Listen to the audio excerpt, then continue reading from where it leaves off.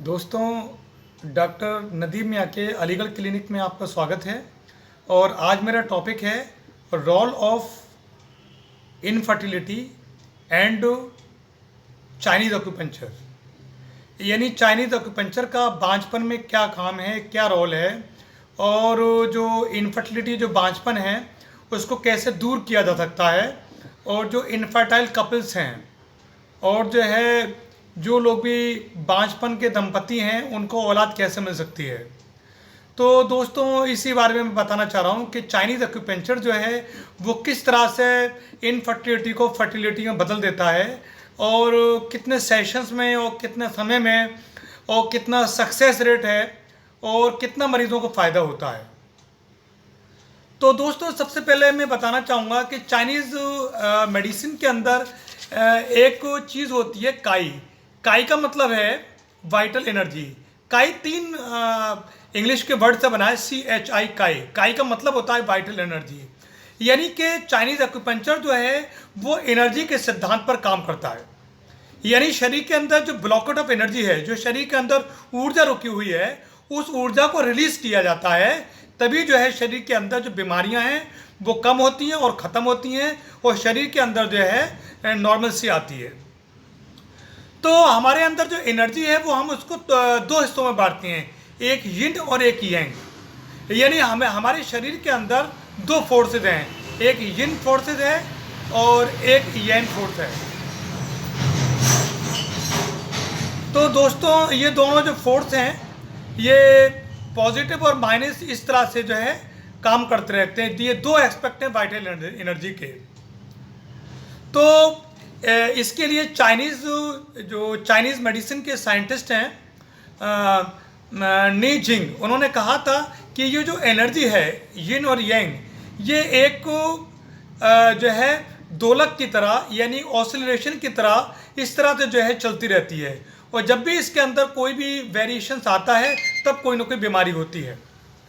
तो gaining of yin will result in loss of yang, and gaining of yang will result in loss of yin. तो this is the Chinese medicine और acupuncture principle. Moreover, हमारा जो शरीर है वो पंच तत्व से बना है।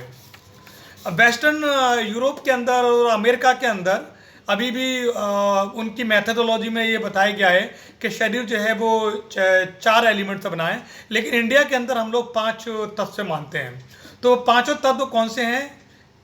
लकड़ी है, फायर यानी आग है, अर्थ यानी ज़मीन है, मेटल यानी धातु है, और वाटर मानी पानी है। तो ये 5 जो तत्व हैं, इससे ही हमारे शरीर के जितने ऑर्गन्स हैं वो इंटर रिलेटेड हैं। और इन पांचों तत्वों की में भी कोई भी कमी आती है किसी ऑर्गन के अंदर, तो हमारे शरीर में कोई ना कोई बीमारी या कोई ना कोई उद्दीपन आता है। तो हमारे शरीर की इम्यूनिटी जब कमज़ोर होती है तो कोई ना कोई बीमारी और कोई ना कोई परेशानी आती है। जैसे सीजनल चेंजेस होना, जैसे अक्टूबर नवंबर का मौसम आता है, जैसे ही समर से हम कोल्ड में जाते हैं तो हमारा शरीर जो होता है वो एनर्जी के लिए जो है वो मतलब जो है पूरी तरह से उस वातावरण को अनुकूल नहीं कर पाता, और कभी कभी किसी मरीज़ को जुकाम का हो जाता है, हल्की कोल्ड सर्दी हो जाती है, कभी कभी किसी मरीज़ को हल्का बुखार आ जाता है। तो ये क्या है कि हमारा शरीर उसके लिए मौसम बदलने पर अपने आप को एडजस्ट नहीं कर पाता है। तो यही चीज़ है चाइनीज़ मेडिसिन के अंदर।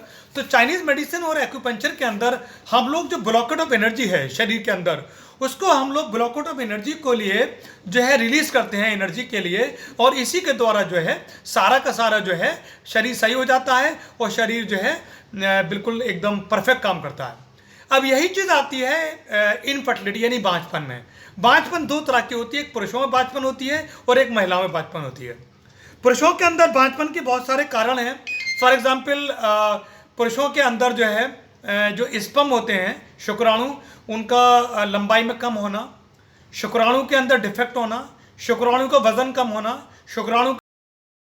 शुक्राणु का वेट कम होना, यानी शुक्राणु में की काइनेटिक्स यानी शुक्राणु की जो स्पीड है, जिस स्पीड से वेजाइना के अंदर जाते हैं और जाकर के एग को भेजते हैं, वो कम होना। और कभी कभी डिफेक्ट है, जैसे कि स्पर्म में उसका हेड है लेकिन टेल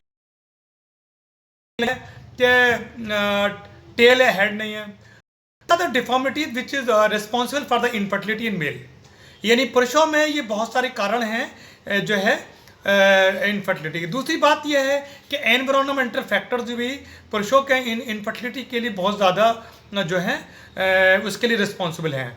जैसे कि बहुत सारी वर्क कंडीशन ख़राब होती है पुरुषों की, जैसे बहुत सारे पुरुष हैं वो अल्कोहलिक, बहुत ज़्यादा रोज़ाना शराब पी के आ जाते हैं, तो शरीर उनका अच्छी तरह से काम नहीं करता। मोरोवर बहुत सारे लेबरर्स हैं कि वो ऐसी वर्क कंडीशन में काम करते हैं जहाँ बहुत ज़्यादा आग है या बहुत ज़्यादा प्रदूषण है, तो वो कहा वो बहुत अच्छी क्वालिटी के स्पर्म प्रोड्यूस नहीं कर पाएंगे। तो बहुत सारे एनवायरमेंटल फैक्टर जिसके कारण मेल इनफर्टिलिटी होती है। इसी तरह से महिला में भी बहुत सारे कारक और बहुत सारे फैक्टर्स हैं जिनके कारण जो है अच्छे से जो है एग्स वो प्रोड्यूस नहीं कर पाती ओवरी से, और जो है फर्टिलाइजेशन नहीं हो पाता है।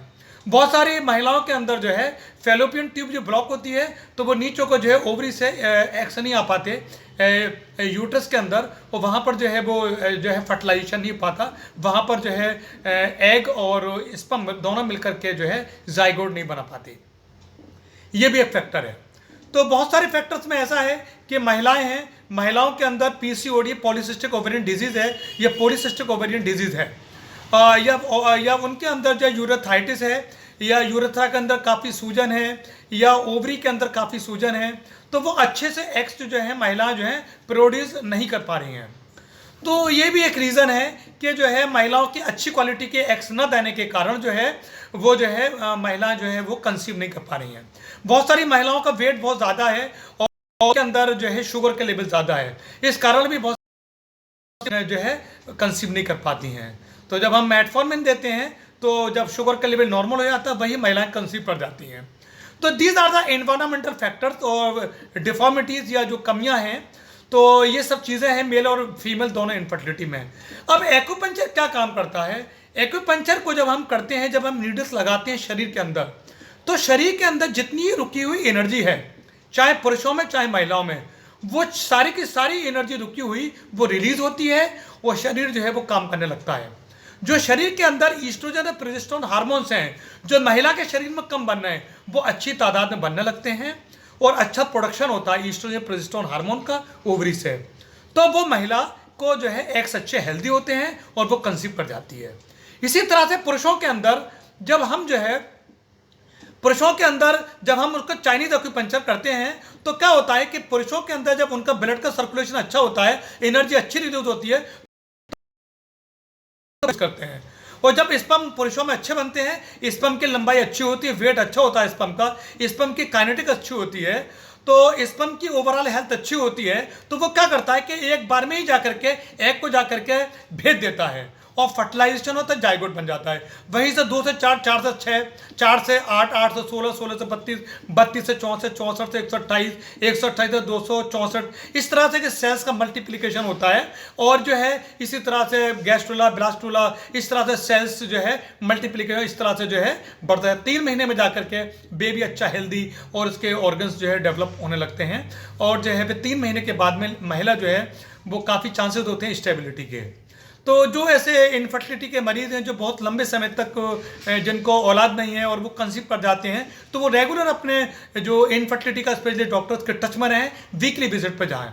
और अगर हार्मोन्स की कमी है तो डॉक्टर जो है वो उसमें आपको इंजेक्शन दे सकता है, ह्यूमन कोरियोनिक गोनाडोट्रोपिन और प्रोजेस्टेरोन इंजेक्शन, ये हेल्प करते हैं एग को बड़ा करने में और जो है फर्टिलाइजेशन करते हैं, और जो है फिर जो है एबॉर्शन के चांसेस बहुत कम होते हैं। तो ये बहुत सारे फैक्टर्स मैंने बताए आपको। पीसीओडी और पीसीओएस के अंदर एक्यूपंक्चर का 78% का रिजल्ट है अगर हम 6 महीने तक एक्यूपंक्चर करते हैं। इसी तरह से पुरुषों के अंदर अगर हम 6 महीने तक एक्यूपंक्चर करते हैं तो रिजल्ट 90% तक है। तो दोस्तों मेरा आपसे रिक्वेस्ट है कि आज ही आप एक्यूपंक्चर का एक सेशन कराएं। 7-8 सेशन के अंदर मैं आपसे वादा दिलाता हूं कि आप 90% जो है करेक्ट हो जाएंगे और जो है फर्टिलिटी के पूरे चांसेस हैं। मुझे मेरे नंबर पर व्हाट्सअप करें। मेरा मोबाइल नंबर है 8647807786। मेरी सेवाएं दिल्ली और उत्तर प्रदेश में अवेलेबल हैं। मुझे आप कभी भी संपर्क करते हैं, व्हाट्सएप पर मैसेज करके कभी संपर्क कर सकते हैं। मेरा ईमेल एड्रेस है aligarhclinic123@gmail.com। Thank you very much. Have a good day.